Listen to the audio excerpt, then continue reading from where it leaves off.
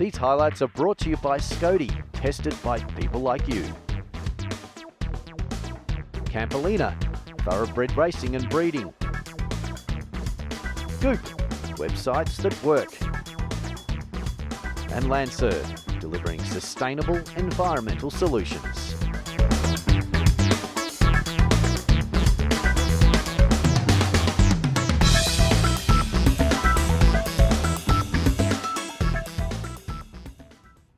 Portland in Victoria greeted us with calm and clear early morning conditions as the second leg of the 2012 Scody Cup, the budget Forklifts tour of the Great South Coast, prepared to get underway. A few hours later, as our riders lined up for stage one, a crit around the picturesque foreshore, rain was threatening and looked like it might just stay for the ride. Trap Pack came in leading the Cycling Australia Subaru National Road Series with a 4-point gap. Team Budget Forklifts and last year's dominators Genesis Wealth Advisors had other ideas though, as we rolled off for another thrilling week of racing. After the boys settled into the wet and slippery course, the pace increased. The school kids enjoyed some time off as they flashed past. A rise back up from the waterfront with the sharp left-hander at the top made for tough going setting up for the sprints. Trap Pack pushed for early sprint points, with Budget responding via Samuel Whitsmiths. But it was Genesis Wealth Advisors who stole the points and the win, with new recruit Brenton Jones taking the win in his first Genesis race over teammate Anthony Giacoppo and Budget's Ryan McAnally in third. Anthony Giacoppo moving into yellow and donning the Budget logo. No doubt an odd sight for Genesis team boss Andrew Christie Johnson. AJ also took the sprint jersey. The Campolina Criterium jersey went to Brenton Jones. And Drapak's Darren Lapthorne, the most aggressive. After a quick break for lunch, the sun came out for the start of stage 2 from Portland to Nelson. Peter Herzig, Team Budget Forklifts, took the KOM points 8Ks in.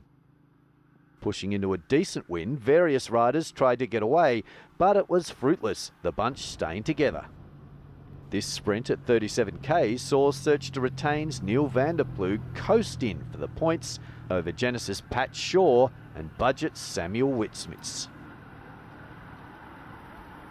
The 49K sprint at the bottom of a slight descent saw Luigi Vecchio, African Wildlife Safaris, thundering along ahead of the pack.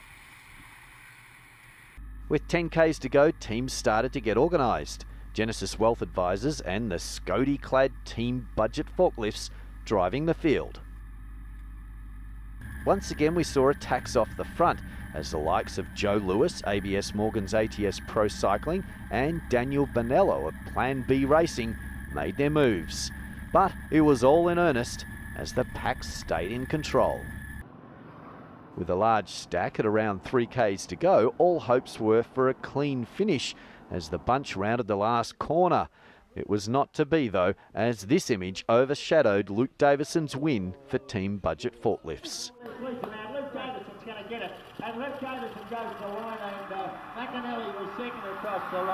So with a few riders heading home a little worse for wear, including series leader Will Walker, who withdrew after feeling ill, the podium saw Luke Davison, Team Budget Forklifts in the Scody winner's jersey, along with teammate Ryan McAnally in second and Croydon Cycle Works' Jack Beckinsale in third. Budget's Peter Herzig went back to his motel in the Campolina Hill Climbers jersey.